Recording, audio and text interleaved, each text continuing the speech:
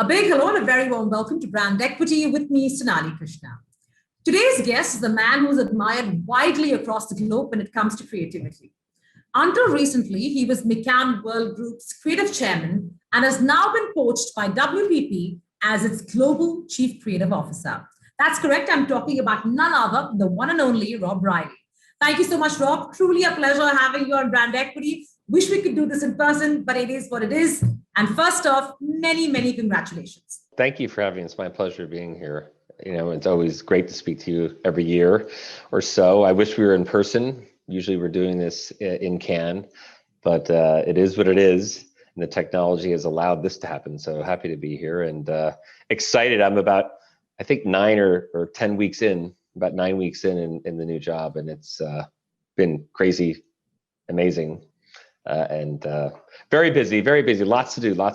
So, there, I don't need to introduce you to our viewers or, to the advertising and marketing fraternity at large in terms of just the creative prowess and, just your, decades of work, whether it be at Crispin or it be at, McCann. For such a creative person to come into this factory like WPP, what carrot did they dangle to woo you to get you on board? Well, I don't know if I would call WPP a factory. I would call it an enabling company, a developing company, and an unleashing company. And that's my vision and Mark's vision and the execos, everybody's vision is that this is not necessarily a factory. This is a place where I think companies and people can succeed. And for me, I loved my time at McCann World Group. I think we did a lot of amazing things, and I think I left it, in a great position with great people leading it on the creative side, and certainly partnering with other people. So I was looking for a new challenge, and I'm at a certain age now, Sonali, that I want to impact as many people and as many brands in the world to do great things. And no better place than WPP, the scale of it, the scale, the amount of creative agencies that are a part of it. And then you have the media power and the technology power. It's like, I think brands are going to play an even more important role and impactful role in people's lives. And I wanted to be at the place that is at the center of it. Sure. So what did Mark Reed tell you? Like, what was his big, seducing line to you? Yeah, it's a great question. It was a long seduction. We spoke for about 4 months. We've never met in person. It's only been through video. In fact, I haven't met any of my exec co-partners in person. Everybody's been in far away. I just met someone here on the stateside, but for the most part, everybody's based in the UK. And Mark said to me, "I want to be the most creative, holding company in the world." And then after about 2 weeks, I said, with what I was learning about WPP, I'm like, no, we should want to be the most creative company in the world. And that's a pretty interesting thing for me. Like, creative people are simple. If a CEO says, I want to be the most creative anything, we usually jump at it. So the opportunity was something that nobody else can really match just because of the size of WP. And I think the respect for creativity and the power of it. I love the positioning of the creative transformation company, WPP being the creative transformation company. I liked it because it had creative in it, and I liked it because it had transformation in it. I'm all about change. I don't know if you can see behind me the Obama poster about change. I'm Shepard Fairey. But that opportunity was too big to pass up. And I think when you start talking, what's most interesting for me is when I started meeting all the CEOs of the other opcos of Wunderman Thompson and AKQA and Gray and Ogilvy. It's like, wow, what a tight group. Mark has really put together a tight group. There's a WhatsApp group with all the leaders on it that we speak all the time. We meet all the time. It's much more, I call it executive camaraderie than I would have thought. I think from the outside, you thought WP of one way. And then when you get inside, you realize it's very collaborative and everybody's moving towards the same thing, which is to be the most creative company in the world. So what a great place for a creative person like myself to land. I think we'll look back on these last 18 months and see it as one of the most creative times our industry has ever gone through. We could have easily folded. I'm super proud of the way the industry showed up, frankly, to help these brands be successful. So coming back to you taking on, the top creative job at WPP, you would be in the best position to evaluate WPP as a creative force because, you're an outsider, so you have an outside-in view and a less biased view. I'm not sure how forthcoming you're going to be when evaluating WPP with me as now you're within WPP. But, you'd be the best to know where are the cracks, what are the opportunities, and where you want to take WPP in terms of giving it that creative halo that it's always seeked and chased. Well, we can always get better, right? I mean, the results are what the results are until there's some different measurements. You do look at award shows as measurements of creativity. And I think, especially since a lot of the awards that are being won are won by bigger, global brands, which is incredible. Like I love Cannes for that, reason is that you have big global brands inspired to use creativity to solve the problems of the world, and to sell their products and to bring entertainment and fun to people. So I think figuring out how to make certainly the main creative agencies within WPP as successful as possible. And I think the US is a great place to start. I think we've performed well and we've underperformed in different times. So I think that the scoreboard doesn't lie as to where we can improve. And I think that's a good thing. There's a lot of big companies in the US and there's a lot of global companies based in the US that certainly we can be involved in making them successful and great. But we certainly can up the creativity there. And we've added more talent and people. Liz Taylor's joining Ogilvy, I think in September, which is super exciting.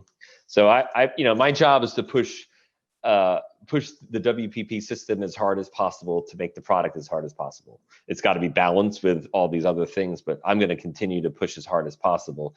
And starting with the US is a good place to begin. So if I'm honest, where some of the places for improvement need to happen in the US, and I think Mark has also said that's part of the job.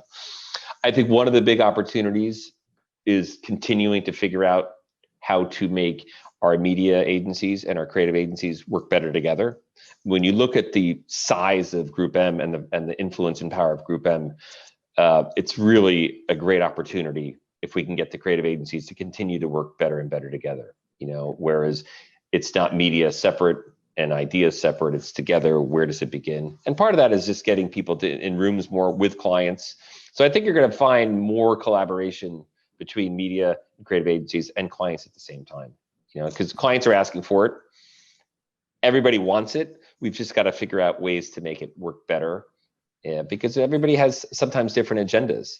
And how do we line those agendas up, right? I mean, I'm sure this happens everywhere. I'm sure it happens in India too. I mean, obviously, integration is by far the toughest thing one can do because of just different worldviews and cultures. Which brings me to my next question.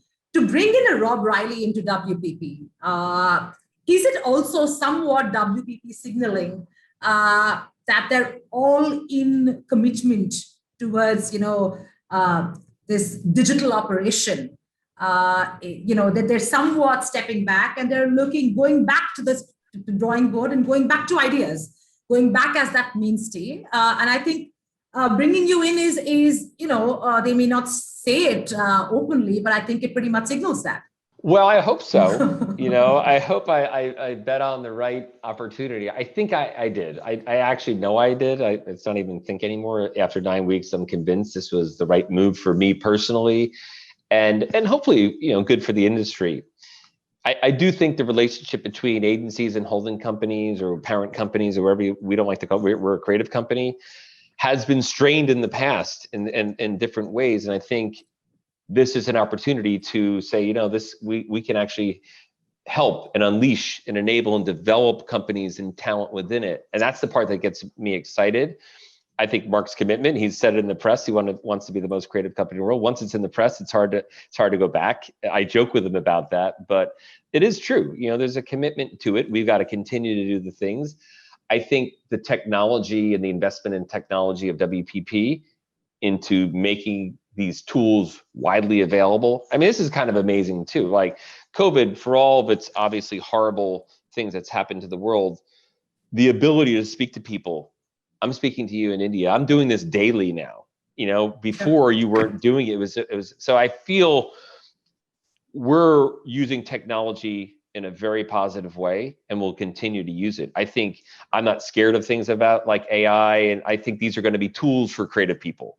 They're not going to be replacing creative people. They're going to be tools for creative people. So I look at our commitment to creativity, our commitment to technology, our commitment to data, our commitment to media, our commitment to making them all work together as one offering, and our commitment to making the operating companies successful is why I think we will be successful.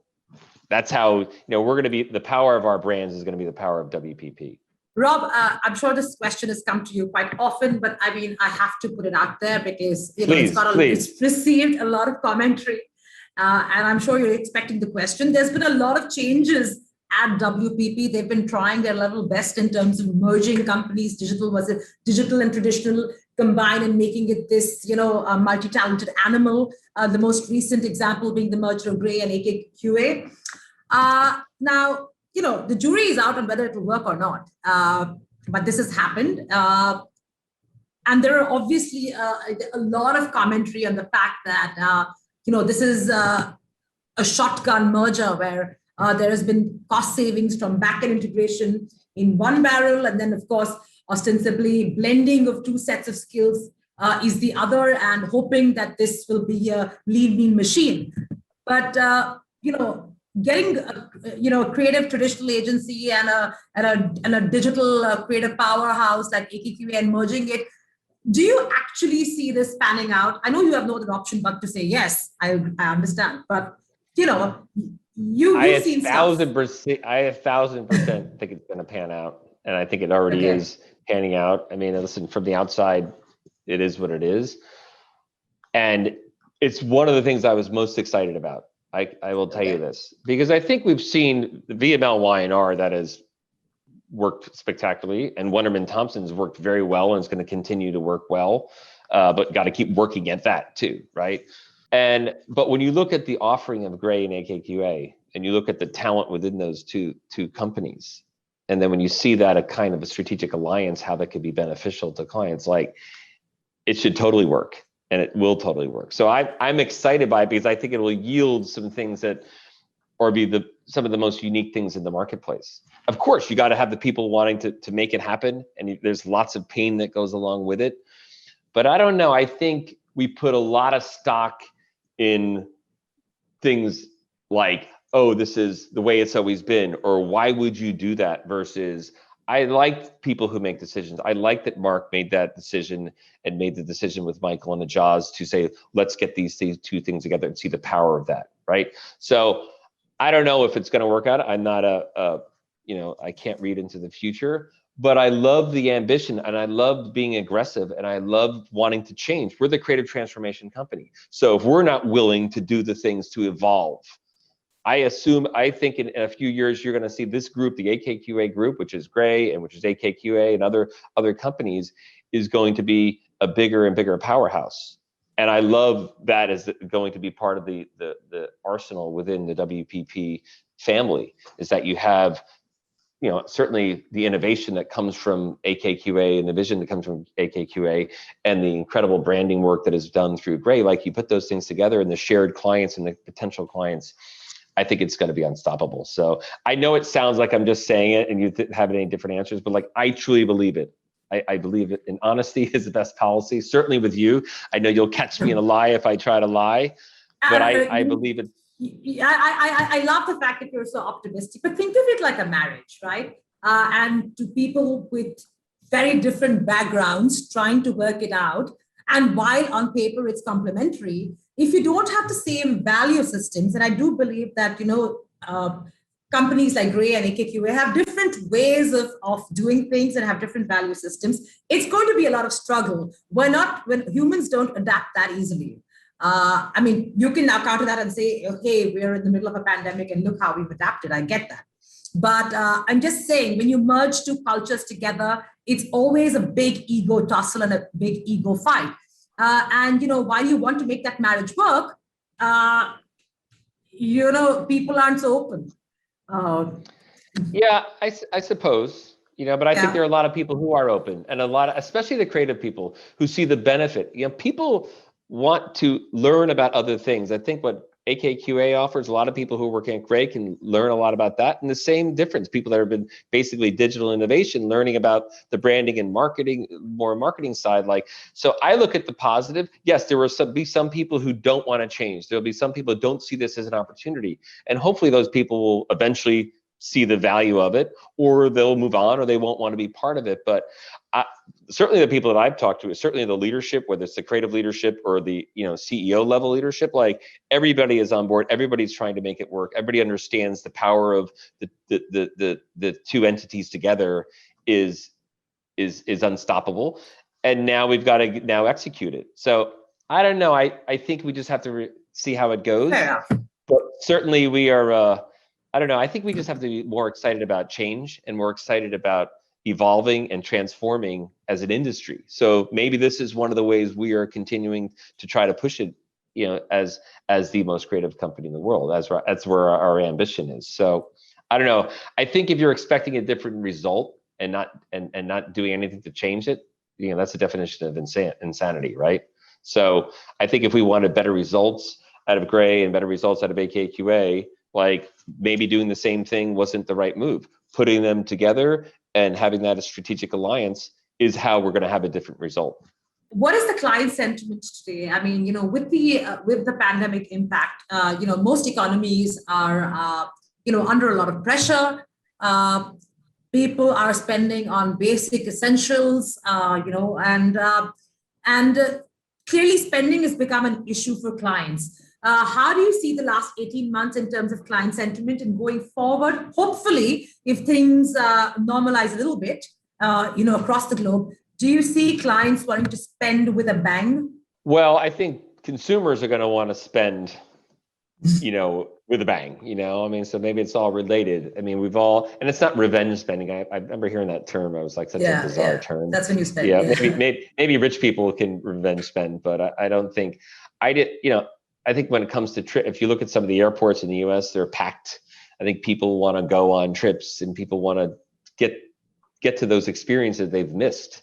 When you're stuck in a home for 18 months or almost 2 years, you want to get to those great moments that you've experienced, and going out and going to concerts and spending in that way. And yes, that involves maybe driving a car or buying a new car. I think some of the car companies have done well. Everybody is so I think they're probably going to invest more, because you want to ride this wave of people feeling like, okay, it's time to get back out. The economies in some parts of the world, I can only speak for sitting in the US, where the economy seems to be doing well. The stock market is at a crazy height now, and I think there's more jobs than there are people who want to take those jobs. So I think we're finding an interesting time where people wanting to work or wanting to go back to work is in question now. We're wanting a different kind of career. So I think we're all figuring out, and every industry is figuring out, we're losing people, and how do we attract new people? And it's a big challenge. So I think clients feel the same way, is that, okay, we've got to gear up for a potential big boom in people wanting to not spend money is not the right word, but just go do things and invest in things. Sure. And sometimes you need new clothes to want to go do things, or new things. So I think being pent up for 18 months, everybody's now sort of like a horse race, a racehorse trying to get out of the gate. They want to go out, not spend wildly, but just go experience things. Experiencing things costs money. So I think it's just going to start fueling the economy, and hopefully brands will want to spend. But of course, for me, I want brands to also spend more on purpose, and changing their products and evolving their offerings to better reflect what people want. Sure. I really hope that comes, that prediction of yours comes true, because it helps all of us. Well, we all got to get vaccinated, but they all got to get vaccinated, because I think until everybody is vaccinated, the world economy won't be booming, because people are not traveling to places they would travel to, because the other parts of the world are not. So it does matter. Yes, save the world. Listen, it costs $5 for a vaccine. It costs $5 to manufacture a vaccine. So if we could all give $5, then the rest of the world could get vaccinated. People in Africa, people in Thailand, people in India can all get that vaccine. So I think it does affect that, the economy will never get back to its fullest until we're all fully vaccinated. And we can see the end. It just costs money, and hopefully we can all work on getting enough money for the places in the world that don't have it to buy the vaccines. Rob, last question before I let you go. It's been a particularly hard 18 months for everybody globally, but I'm curious about the creative fraternity. To be having, to be dealing with the pandemic and to be creative at the same time, the kind of pressure creative people have gone through, dealing with their own issues, their own anxieties, their own concerns, and be putting out good work for brands. How has it been for the community at large? I think it's been a challenge for everybody. But again, and I said this before, I think we will look back at this and say, man, we did a great job. We did a great job keeping these brands that we all work on healthy and there for consumers. You think of the value of brands. Governments have a hard time, helping people because of lack of money or for different reasons. Brands have really stepped up and been that stable, force in people's lives. And I think we, as the agents of brands, have done a good job keeping those brands healthy and telling their stories. And I think that's a great, I'm proud to be a part of that. I think we'll look back on it. And I think that's where the camaraderie says, in the end, and then when you look at Cannes, you look at, wow, some of that work was pretty damn good. We created some amazing work during that structure, so give me your favorite campaign from Cannes. Just one. My favorite campaign? Okay, well, I'm obviously, there's lots that I love that I worked on personally at my old job, and there's lots that I just watched happen. I think the Degree adaptive deodorant was my favorite, and I'll tell you why. Because I had worked on myself a lot of work for disabled people, whether it's adaptive controller or Thisables for IKEA, and it would have been easy to say, well, we should be doing more. But the fact that the Wunderman Thompson team, together with the Degree team and others that were involved in it, said this is a basic human right to smell good. And we hadn't thought about it. So it's not just about gaming or it's about furniture. This is a basic human right. And instead of worrying about this won't win in Cannes, they did the right thing for the world, for a big brand that I think will show other brands we should be designing these kinds of packaging for everybody and thinking about these things. The basic human need to smell good, and the fact that it came from a marketing company, an advertising agency, solved this problem in a beautifully done way too. The packaging is beautiful and interesting, and so I don't know. I think that's the kind of thing that inspires me, is that idea can come from a marketing company, and we can bring it to the world and get better people's lives, and it's cool, and it's not making people cry. It's just cool. It's a basic human need that we've solved, and I think we should be thinking about people that are different, or have challenges, all the time, and how do we change products and not lose money and make money from it, or it's just part of the natural way we go about the business of marketing products to the world. Thank you so much, Rob. One should definitely look at your career and look at how well you've climbed the ropes. I think you should be my mentor in terms of how well one can climb the ropes, even in a pandemic year. So really, many congratulations. It's definitely WPP's gain, without doubt. And, I hope to see you in person, be it in Cannes or in India, whenever the time is right. Absolutely. Well, one of my greatest friends, Prasoon Joshi, is down there. And one of my newest greatest friends is Payush. So, I have a good reason to go to India, that's for sure. And I will say my philosophy has always been to hire great people and get out of the way. I've said it many times, so I will continue to do that. That's how I have this job. I've always surrounded myself with very talented people and let them do their jobs and help them. But certainly having a team is the way to be successful. More power to you, Rob. More power to you. Take care. Thanks. Bye-bye.